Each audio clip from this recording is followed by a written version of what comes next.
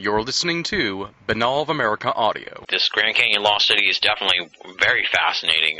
What else can you tell us about it?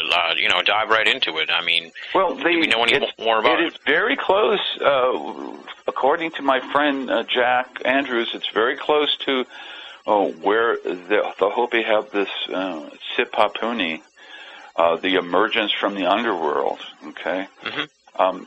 It's actually a geological formation. It's called a travertine dome in the bottom, a big limestone kind of a dome in the bottom of the Grand Canyon. And it's sort of by where the Little Colorado River meets the major part of the Colorado River in Grand Canyon. And this cave is supposed to be located very close to this Sipapuni of the Hopi, which is, a very sacred area for the Hopi. And it's also a very dangerous place to go because there were experienced hikers washed away a few years ago. A number of hikers got caught in a flash flood, and they were just washed away. So it's kind of a dangerous place to go poking around. So not many people go down there. And if you went to look for it, is there anything like in the Grand Canyon that's sealed off from people where you can't go and explore, or is it something that you could actually go look for?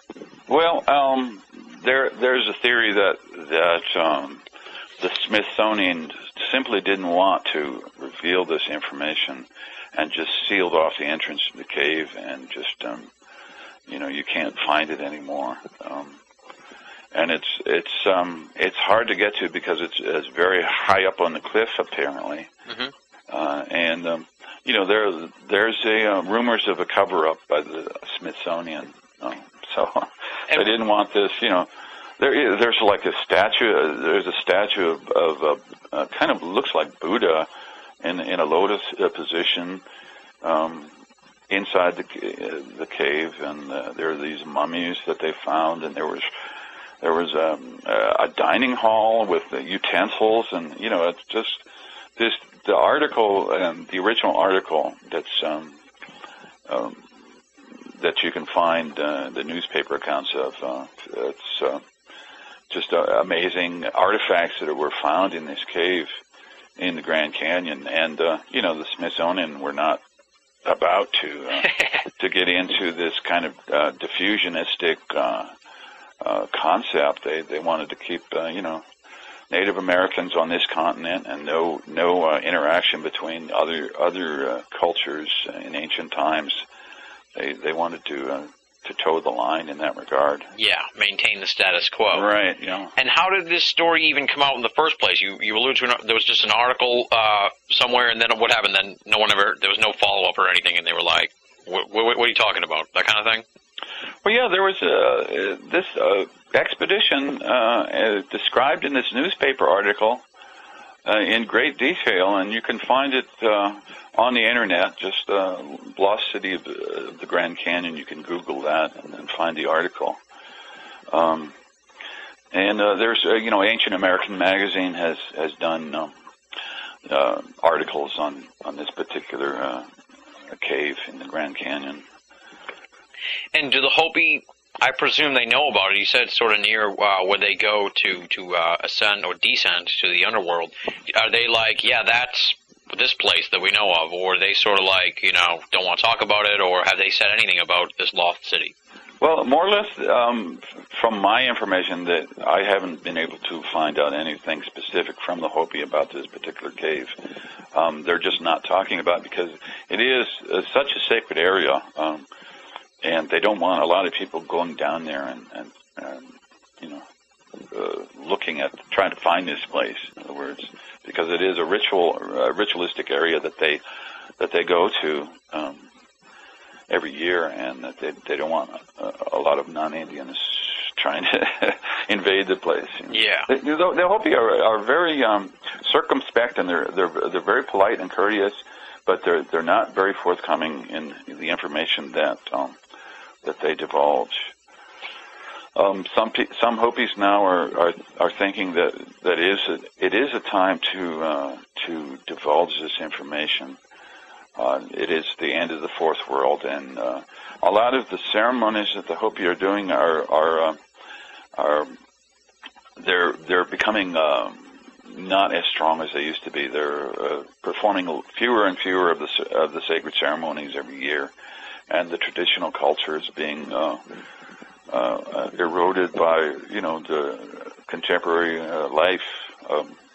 A lot of Native Americans are leaving the reservation and finding jobs in cities because there's really no economic growth in, at least on the Hopi and the surrounding Navajo reservation. They don't have casinos or anything like this that a lot of the tribes have. So, just the pressures of modern day life is causing the Hopi to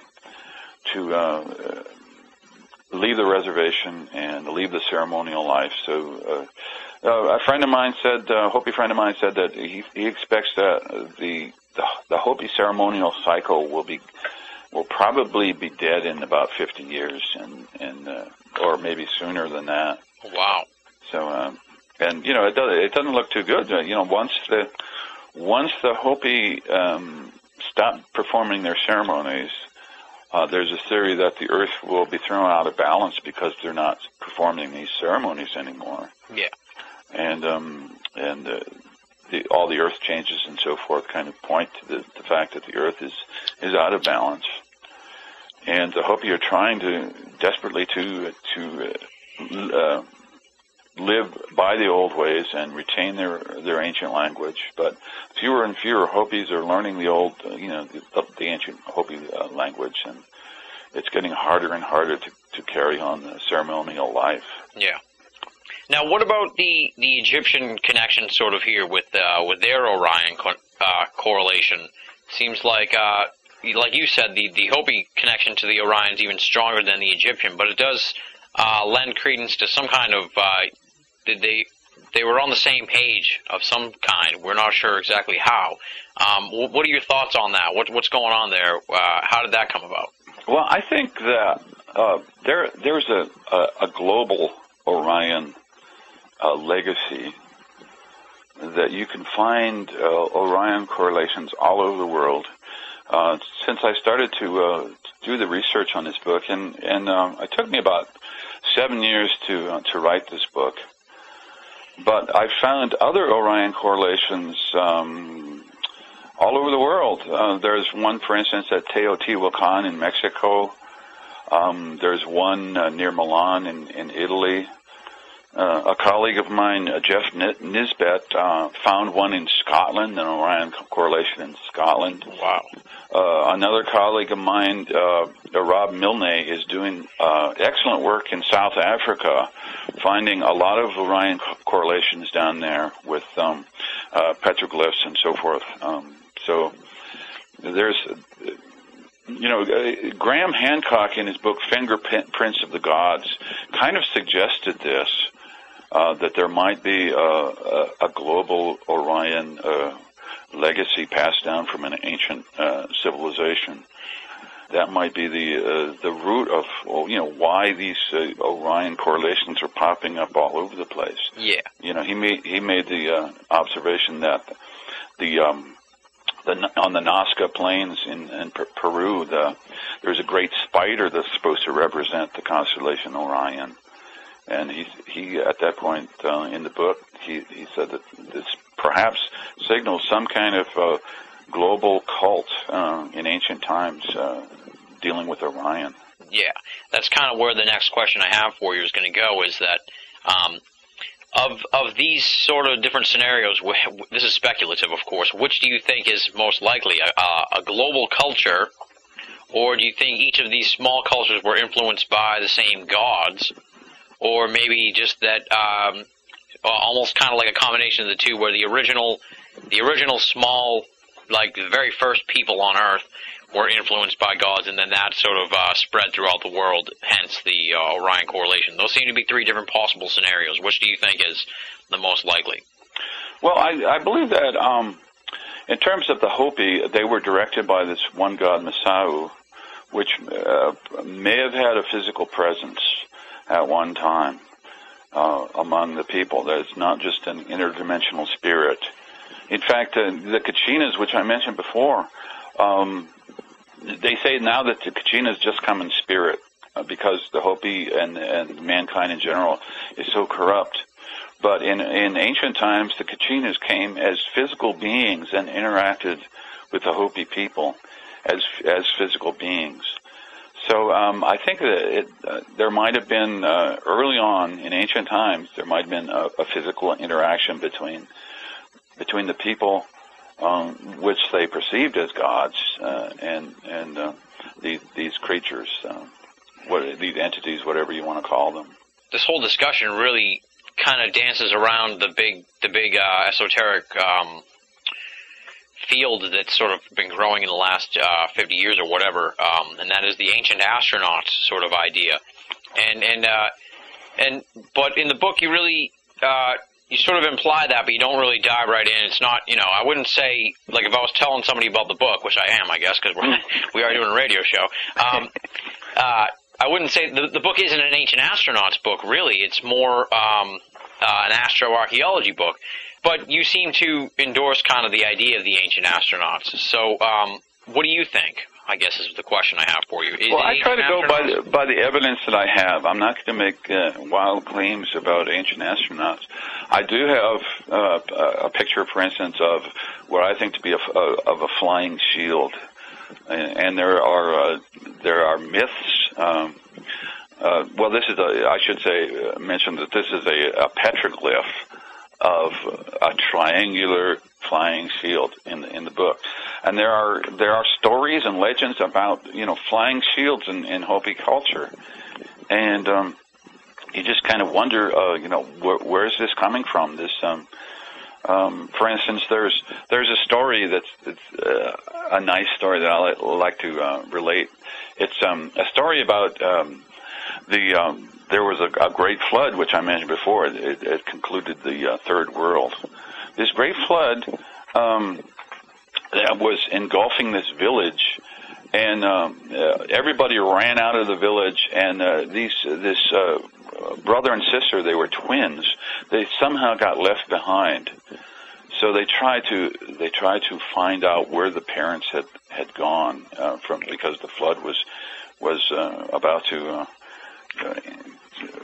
engulf the village. So they started out, and they met up with this creature that came from a flying shield. Okay, this creature came down, and they call it the sky god. Soktuknong is the term for the sky god, and the god. This god had a costume which sort of looked like they described it as looking like icicles. Clothing that looked like icicles. For a non-technological society, this might be the way to describe a metallic sort of clothing or something. Yeah. But this god took the two children up in this flying shield, and they were above the landscape. And this god was a benevolent god. They treated he treated the children with melons and corn, and fed the children, and he said that he would return. This god would return in their dreams to instruct them about the ways to lead a good life. And then the god brought them down just outside where the parents had fled. And so the children were deposited there, and they could be rejoined with the parents. So this is just a myth or a legend that the Hopi have about these flying shields, and about this particular god that helped these children out. So you wonder what to do with this kind of material. You see pictures of flying shields and petroglyphs, and you hear stories about them. I just kind of bring that up. I don't try to make any assertions, the von Daniken theory and so forth. I don't go that far, but I do just present the information and evidence as I see it, and I let readers make up their own mind about whether this is extraterrestrial influence or not. And actually, I'll salute you for that, because I didn't want it to come off the wrong way, the earlier way I phrased it. But I think that's a good thing, the way you frame the book, because you provide the evidence that someone else could come up with a really flimsy book, but base it entirely around the ancient astronaut UFO gimmick, if you will, and they wouldn't have the wealth of material that you have in your book, which really provides a lot of evidence for the ancient astronaut idea. So I appreciate that. Well, it's just a beginning. I'm doing another book right now and continuing on the research in the same vein, and hopefully I'll come up with some more definitive thoughts and theories about this. But this is just an initial kind of exploration of the material and the Orion correlation theory, basically. I wanted to bring that out in the book.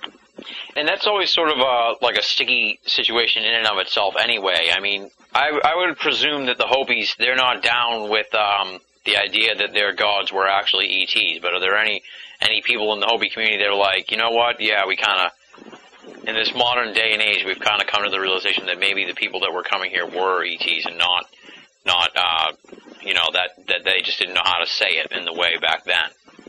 Well, I think that there is a very strong tradition of star elders and influence from the skies. It's part of the Hopi culture, and it's not seen as something foreign. It's just part of their cosmology, and they're used to thinking in terms of sky gods and star elders and so forth. So it's not out of the realm of possibility. It's just the way that we interpret it today is as being these ETs. But as I said, Masao, there's evidence that he looks. There's a picture of it in my book. Masao looks very much like an extraterrestrial gray, and the root word mas, it means gray. So there must be something to that. Yeah. It sounds like actually that they'd be more open to if the ETs were to come down here and tell us that that they were the gods of lore throughout all the ancient religions, they'd probably.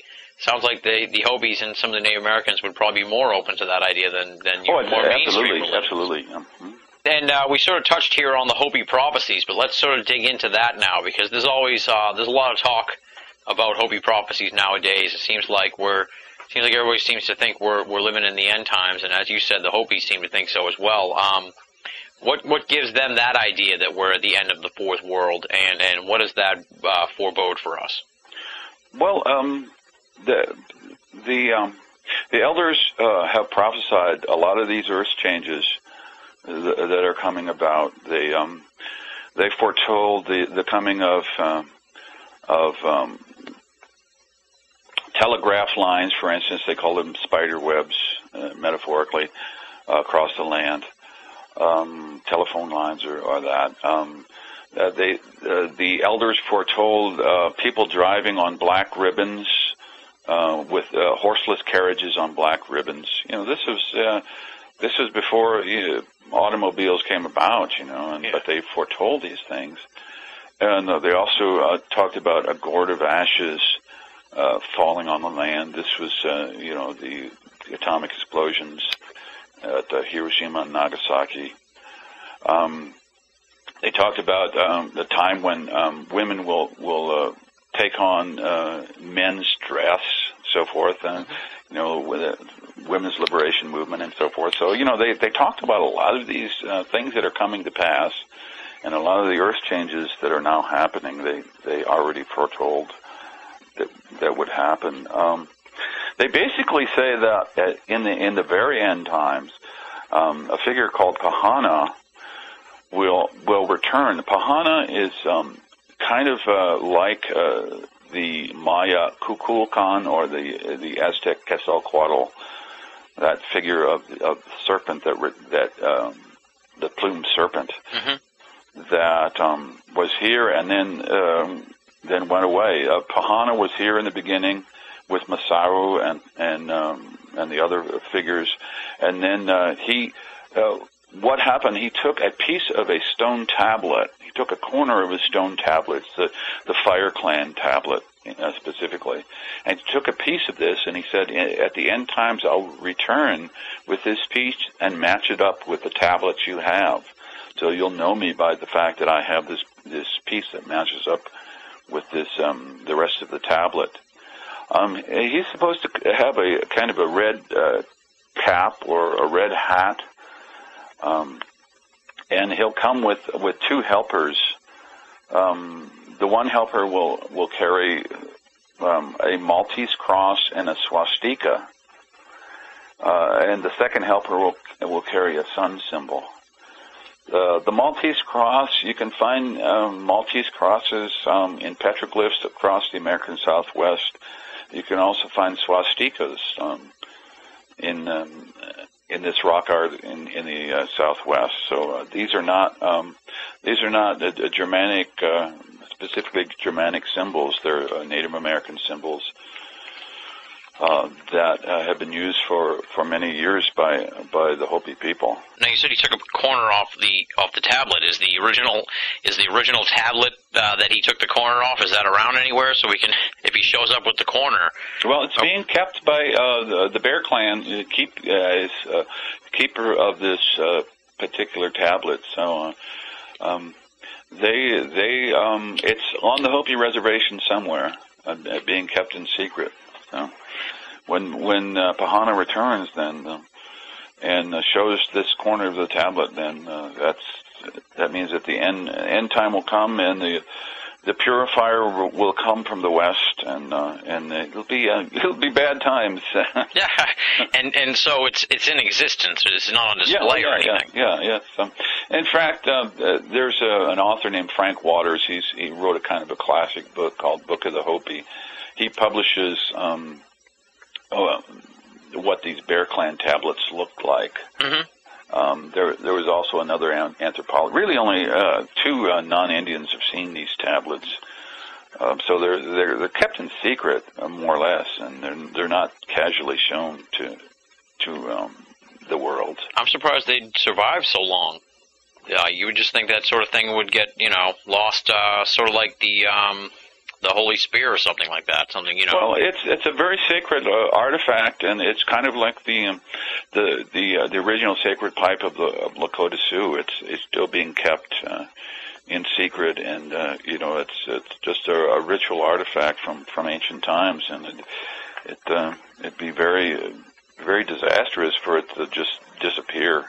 Yeah, but you know how it is with war and that sort of thing, especially with the encroachment of the white man and all that sort of thing. You'd think that would be the kind of thing that would have gotten lost in the shuffle. But it's good to hear that it's still in existence. Oh, yeah. What makes them of the opinion, though, that we're at the end of the fourth? Like, what is there any specific sign that they have designated that now they know for sure that we're, or those the sort of things that you said, like the black ribbons, and what earth changes are? Are they lay it out in like a chronological order type of thing? Where now are we supposed to be looking for anything on the horizon here that would correspond with Hopi prophecy? Well, they've said constantly that there will be famine, floods, earthquakes, just disastrous kind of changes that we see taking place right now. Again, there's no specific time frame involved. The Maya say 2012. Well, that may or may not come to pass. But the Hopi, they're just saying, well, it'll come very soon. They're not saying exactly when. So yeah. It's rather up in the air right now. Like I say, the ceremonies are becoming less vibrant all the time on the reservation, and there are fewer and fewer people doing these ceremonies. So this is another sign that when the people don't learn the language, when they're not doing the ceremonies anymore, then the fourth world will come to an end. And from the descriptions in the book of how the endings of the other worlds, it sounds like that's sort of what happened in those worlds too. There is some hope for the next life. The people are supposed to come through these hard times and then go into a better world where the people will eventually reassert themselves as spiritual people. Mm-hmm. Well, hopefully we'll make it through, you and I and the rest.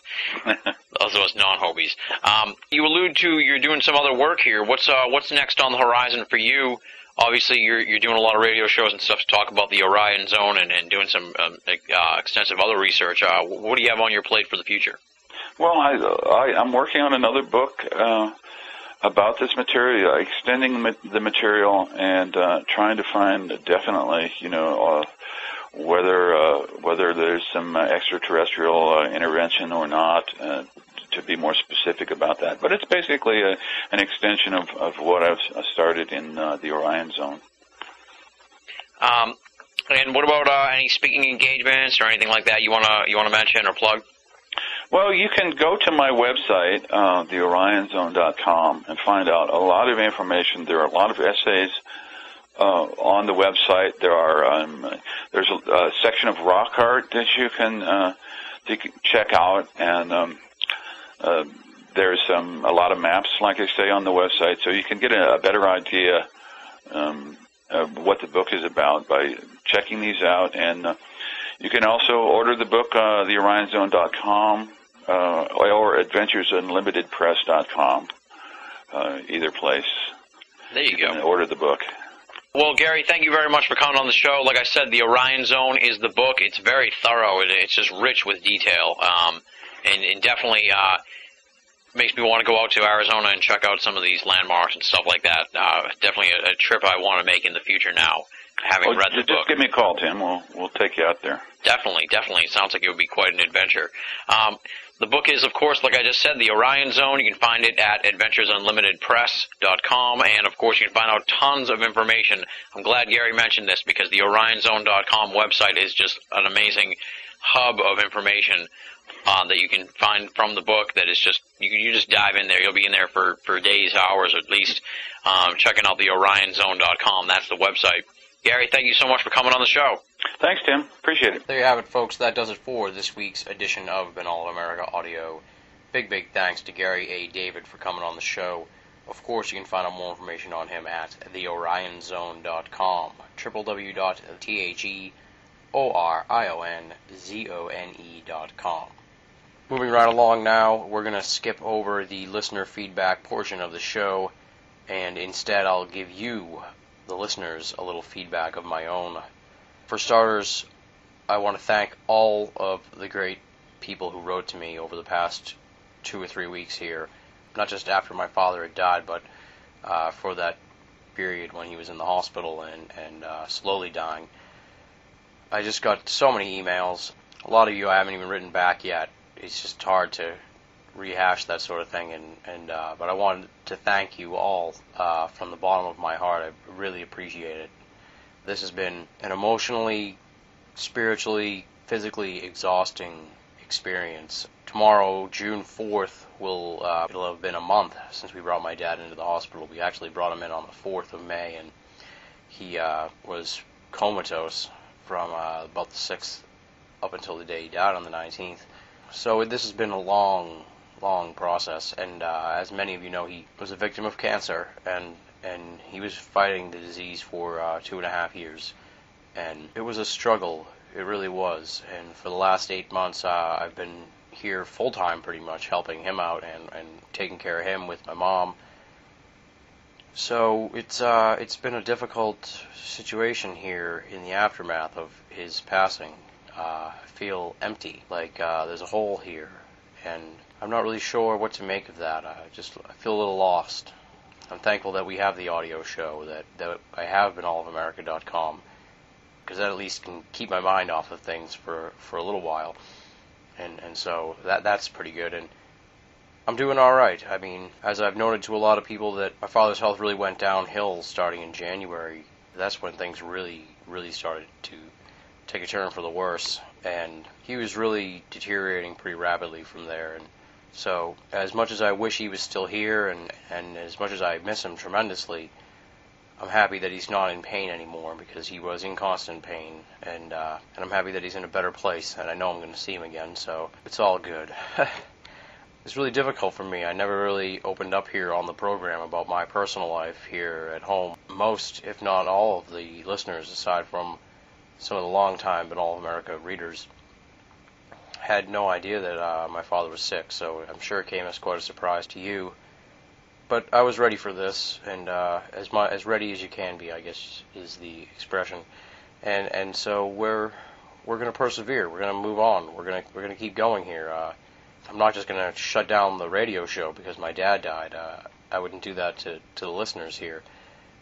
We have a plan, and that is to get through the month of June, and then that'll do it for Season 2, and then we're going to move on to Season 3. We're going to stay the course here, so you don't have to worry about that. My dad was a great guy, folks. If you go to binnallofamerica.com, there's a little in memoriam tag in the left-hand side of the screen, and if you click that, there's the obituaries there, and you can find out more about him. He was just a great guy, and his influence and fingerprints are all over binnallofamerica.com, not just in the name of the website, but in my writing style, my sense of humor, my honesty. That comes from my dad, and he played a part in Binnall of America, whether he realized it or not, and his influence is felt every day, I think, at the website. I could ramble on here for a while, but I'm going to just say thanks again to everybody who wrote in with your condolences and your prayers and your thoughts. It was hugely appreciated and just really had an effect on me. Thank you so much again from the bottom of my heart, and my family thanks you too. Of course, I want to thank the great staff of binnallofamerica.com, Leslie, Chiron, R. Lee, Joe V., and Tina Senna. These folks are awesome, and they're like family to me. They stuck with me through this more than I ever could have expected of them. So I appreciate that so much. It's not just about the paranormal here. We're a team, and when one of us is hurting, the rest of the crew is hurting too. So I appreciate that, and I appreciate their outpouring of support during this really difficult time. They've assured me they're not going anywhere. I'm not going anywhere. But allamerica.com is going to continue. You don't have to worry about that. We've weathered the storm here as best we could, and now I think it's time to, sail into some more peaceful waters, if you will. So check out binnallofamerica.com every day with new columns, updates, satire, all kinds of stuff. There's something new at binnallofamerica.com every day, and most of the time that's the result of the fine work of the staff of BOA, Leslie, Chiron, R. Lee, Joe V., and Tina Senna. Huge thanks to them for everything. If you're a long-time Binnall of America audio listener or an appreciative newcomer and you want to help support the audio series and the website, now more than ever your support is needed. Suffice it to say, I am wading in a lot of serious responsibilities now that my father has passed away, and money will definitely become an issue in the not-too-distant future. So whatever you can do to help support the audio series and the website will help stave off that impending financial crisis that we're trying to avoid. How can you do that? You go to binnallofamerica.com, you click the PayPal button, and you make a donation. No donation is too small, and all the donations are going to go towards paying for binnallofamerica.com and BOA Audio. Next week on the program, we're going to have Chris Stiles, the principal investigator of the Shag Harbor incident. October 4th, 1967, a UFO touched down into the Shag Harbor. Chris Stiles saw it. He was just a little boy at the time. 25 years later, he decided to investigate the Shag Harbor incident, and he's pretty much the guy who put the Shag Harbor case on the map of ufology. We're going to dig all into this tremendously strong UFO case. Why Chris decided to resurrect the Shag Harbor incident, and how he went about digging into this UFO case. We're going to go in-depth on just tons of details on the case. The skeptical Father Gaffney, testimony of the divers who searched for the UFO, what people thought the UFO was, and how that was contrasted by the government's interpretation of events, how Shag Harbor changed UFO history in Canada, and just tons and tons more. This is a very richly detailed edition of Binnall of America Audio. I taped the interview yesterday, so it's quite fresh as well, and that's going to be Chris Stiles on Binnall of America Audio next week to talk about the Shag Harbor incident. And on that note, we close out a tremendously depressing edition of Binnall of America Audio, and hopefully the mood will be a little bit brighter next week, with the exception maybe of the last episode that I did when my dad was very sick and the writing was on the wall as far as his impending death. With the exception of that episode, this may be one of the toughest episodes I've ever had to put together. And hopefully you didn't mind that I bared my soul here for you a little bit. We'll survive, folks. We're going to be alright. Until you hear from me next week, this is Tim Binnall, signing off.